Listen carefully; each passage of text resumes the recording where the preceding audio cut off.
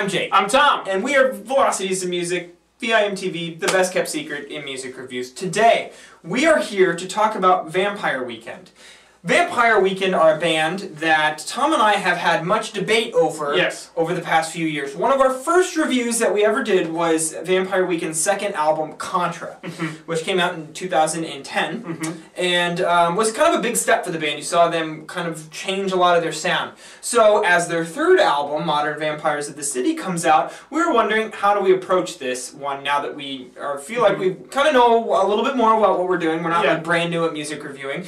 So we knew that in order to do this, we were going to have to look deep within ourselves at our very visceral disagreements about this band. Whereas Tom, not traditionally been a fan of Vampire Weekend, and I've just been a fanboy. And so we decided that we must review their self-titled album first. So tomorrow you will get Modern Vampires of the City. Today is Vampire Weekend. Vampire Weekend's first album, 2008.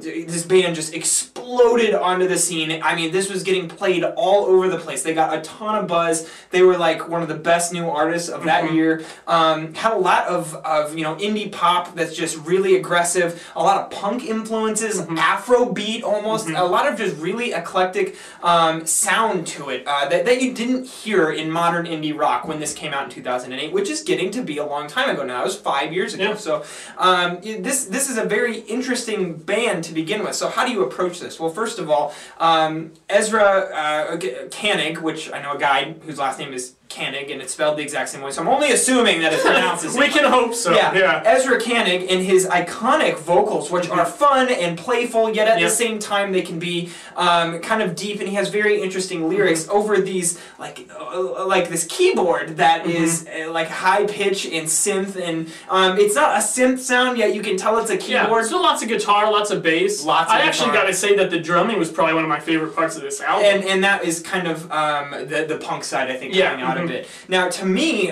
this is a band, like, their progression kind of reminds me of Kings of Leon and how they kind of started in a crazier way and then kind of changed their sound over time, but it's still iconically their sound. And, like, there's no band out there that sounds like Vampire Weekend, and that's that originality is one of the things that I initially fell in love with. Now, Tom, you're coming from a perspective where you didn't really like this album to start with. You didn't understand why everyone was just gushing over Vampire. I didn't get it. I just felt like this was one of those albums that got a ton of praise. I even listened to it a decent amount. Yeah, you did. I gave it a shot, and I was always just like, oh, I just cannot connect with this. And to explain that, let me tell you a story.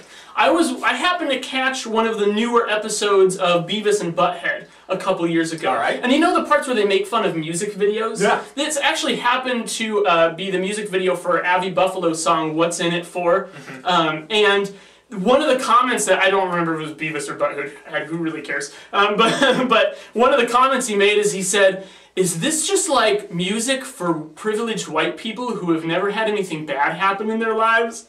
And I had to, like, while I loved that album, I had to laugh, and because I felt like it was kind of accurate, and that's always how I felt about Vampire Weekend's debut. I listened to it, I never really got a lot of humanity out of it, I never really got a lot of feeling. I just felt like this was some kind of well-off guys who just decided to start a band and have a really happy sound and not really have any more depth than that. Now, I gotta say, while I have always been the Vampire Weekend Grinch, my heart did not quite grow 3 sizes, but at least grew a couple, I will say. Because I came out of, putting my reviewing hat on, really listening to this like 3 times a day, no joke, for like the past 5 days. And also reading all the lyrics, kind of figuring out what the lyrics are about. Ezra, as a vocalist, both in his lyricism and just his delivery, reminds me a lot of Paul Simon. And I really like Paul Simon. So that was kind of an interesting entry point to me once I realized that the lyrics, while you don't actually, sometimes they're hard to understand the meaning of them, but once you actually dig at them, there is a lot of ideas behind there that are very cool. It's not really consistent between all the songs. I don't think they all blow me away, but there are some lyrics that really do blow me away. And once I kept listening to this and I just got to know the ins and outs of the songwriting and what they were doing instrumentally, I really did end up liking this album a lot more. Now, I will say, I don't think it's something I'll come back to all the time, but at least I'm to the point now where if someone put this on, I would legitimately be able to enjoy it a lot. The thing is I've always appreciated this album, and I think it's very hard to argue against the fact that there is just some absolutely brilliant songwriting on this album.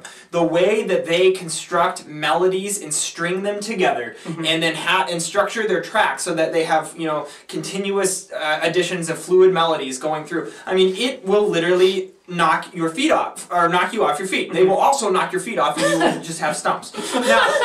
Now, Tom, you actually brought up a really good point the other day that I want to take the time to make sure we talk about. Okay. And that point is that Vampire Weekend can accomplish so much in such a short amount of time. Yes. Whereas a lot of punk bands out there, and obviously this is punk influence, but a lot of punk bands out there will have the 3-minute track, it'll be verse, chorus, verse, chorus. This doesn't necessarily follow that structure, yet they do so much more with each track based on that short time frame. The average track length here has to be like 3:10. So yeah, the tracks are fairly short. I think that the thing they do to mix it up is put a lot of interludes and transitions between sections of the song that are very short. I mean, it could be like 2 bars, it could be like 8 beats, where they drop everything out and maybe just have the guitar or bass highlighted, or maybe an extended drum fill, just to move from part to part. Right. But, I mean, it's little things like that, little nuances like that in the songwriting that I think go undervalued in pop and rock music a lot these days, because it doesn't really take much. It's like 4 seconds of the song, but then by the time you're done with this 2-minute, 45-second song or somewhere in there, you feel like you've had a much more dense and fulfilling listening experience than if it was just verse, chorus, verse, chorus. You know, you look at like the Silvers and Pickups album, Into the Woods, that came out last fall. I mean, those were all like 6-minute songs, and I feel like Vampire Weekend accomplishes more in 2.5 minutes on this album than they did in 6 minutes on those songs. I mean, these songs pack a punch. Every single one of them is just rapid fire, in not in a heavy sort of way, but just in a, you're gonna get a lot of really catchy content thrown at you. You're gonna just fall in love with like certain tracks, and then you're gonna come back and re-listen to it, and you can just keep re-listening to this thing over and over. It's not a long album, but the thing is it's so catchy, and every track is so catchy that the more you listen to it, I think the more you find that you like it, and so this has been an album since 2008 that I can't put down. I know my wife can't put it down. She loves it, and the reason is for that. Now, I also think that there are just a number of just mind-blowingly good tracks, especially on the front half of this album. Oxford, Comma, A-Punk, Cape Cod, Kwassa, Kwassa, M79, Campus, and then my favorite track is actually on the back end of the album, track 10, Walcott. One of the best written songs I've ever heard. It's not one of those songs. It's probably one of the lesser intense songs on the album, just because of Ezra's vocals. Yeah. But I think that just the instrumental composition and how they constructed this song is just genius on a genius level that I don't hear ever reviewing music as much as we do. And I mean, this album blows me away just for that. Now, if I have to be critical, I'm wearing my critic's hat, so I have to. I'd say that the weight is on the front half of this album. I think so too. I will say I'm often guilty of just putting this album on, letting the first half play through, and not really caring if I get to the second half. Although it will be my guilty pleasure to skip to Walcott. Yeah. Now, that being said, you can easily put this on and let it play through. It's not like there's this huge track displacement between Oxford, Comma, and Bryn. Although Bryn isn't one of my favorite tracks on the album, I still think it's a decent song. Yeah, and it's one of the shorter ones. Well, I mean, they're all kind of short songs, but it's even on the short end of short, so it's not like it really distracts from the album listen too much. Yeah, this one for me, I think it's, you know, like I said, when I first started listening to this album, I was thinking like lower 60s. So yeah, I know. I was ready to go to town. I was really not a huge fan of it. I have come up considerably on it. I still think it's one of those albums that, to me, everyone thinks is a masterpiece, and I think is a little overrated. I said the same thing about In Rainbows. I will even, well, we're not going to get into that one. Yeah, but I will say this.